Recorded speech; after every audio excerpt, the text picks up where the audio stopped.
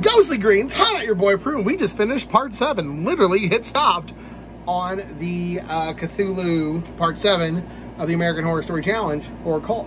So please watch that. I'm a big H.P. Lovecraft fan. That was checked out from the library. But I'm doing a very small book haul.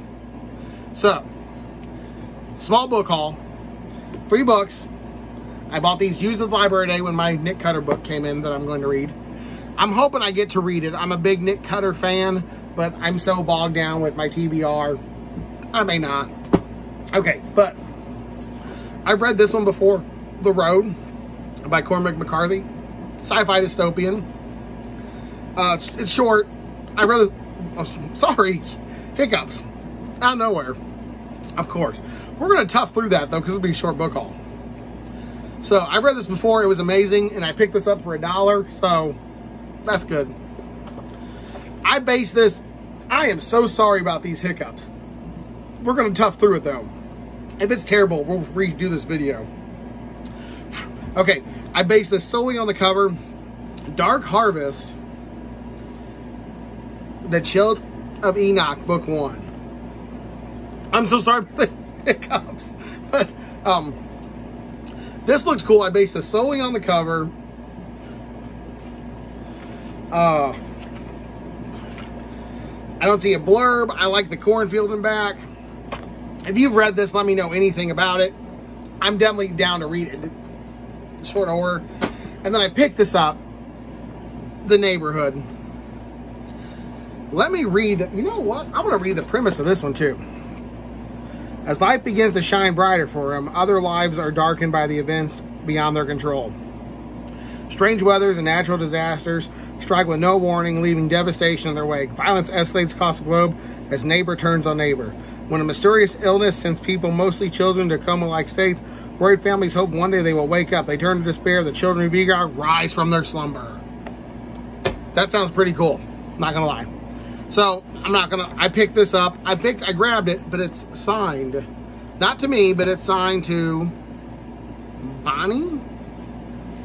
So if you're a Patricia Sharon fan and you absolutely want this because it's a signed copy, please feel free to hit me up and I will get this to you. You just help me pay shipping.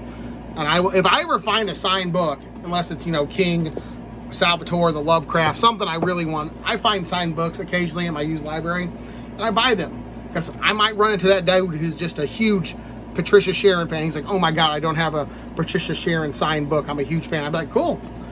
I'm going to find how much this is to ship it. We'll work something out. And then we'll go from there. Maybe we can even just work, you can just do a funny video for me, and there we go. Tell you to eat, hey, I tell you what, do a hot pepper challenge or something. We'll go from there. Yeah, but if you're interested in a signed Patricia Sharon, please hit me up in the comments. We'll work something out for you. This looks short, but let's read the back. Don't open. You might not like what you see. Do you really want to know what goes on behind your neighbor's closed doors? Do I? And to this note, yeah, my neighbor Tom lives across the street. He's an awesome guy. I helped his kid fix his computer today. He helps me fix shit around the house because I am kind of handy, but Tom's very handy. So go Tom. So I couldn't ask for better neighbors.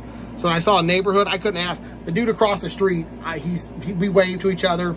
That's it. No harm, no foul, which is an amazing type of neighbor. Well, there's 2 types of neighbor. There's 3 types of neighbors. One type of neighbor you're friends with. That's Tom. The other type of neighbor you wave to, you're pleasant to. That's all your really conversations. Like, oh, good morning. Oh, how's it going? Good. Weather sucks. Yep, cool. Be in our cars, drive to work. Cool. The third neighbor's the dick that bothers you, calls the cops, all that shit. I don't have that, luckily. But Sarah Jolson had it all. A home, a family, a career, neighborhood filled with women just like her. New Orleans is a changing city, but in the late 50s, Sarah found that the neighborhoods hadn't changed much by the 70s. People come and go, houses change colors, neighborhood secret. Evil shadows flow from the house, generating loss, despair, and fear. So that sounds kind of cool. I also originally read this. I thought it was a 1950s novel, which is an era that I enjoy, because I read fucking 11/22/63. But those have been it. That's my 3-book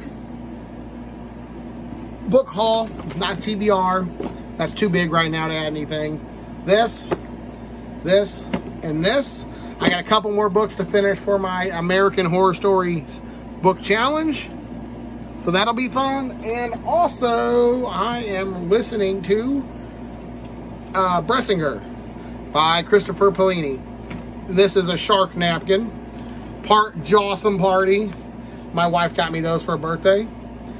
And I'm a couple hundred pages into this, so I'm enjoying that. That's an audio book only, though. That's just listening to it while I'm riding to work or mowing grass. This has been your boy Prue. 5 minutes long, good TBR. Stay creepy. I'm sorry about the hookups. Sorry about the hiccups. I'm sorry about some hookups, too. I apologize. That was not my best effort. Whew. I'm good now. But back when I was a kid, I had no idea what I was doing. You want to know a trick in my area of expertise to help with dating? It doesn't matter what gender. This helps with everyone. Clean your house. Have good food. Know how to cook and tell a joke. And take a joke. Dating advice from Pruitt. Simple. She comes over, your house a wreck. She's probably not going to like that. Or, dude comes over, your house is probably wrecked. You're probably going to like that. Also, learn to cook. Everyone likes to eat. If you know how to make some good food, that helps. And also a good sense of humor will take you far places in life. I don't know how this turned to dating advice, but there you go. Cooking, cleaning, being funny. There you go. I tell you what, if I went to a girl's house and it was relatively clean and she knew how to cook and told some funny jokes, I'd be like, yeah, we can hang out again. Even if you're not, like, interested in her, you can still just be like, oh, cool, we got a buddy. And sometimes that's cool, too. It's always good to have friends. Stay creepy, dudes. I love you. Deuces. Also, look at this hat. It's a kitty cat riding a bald eagle. America. Fuck yeah. All right.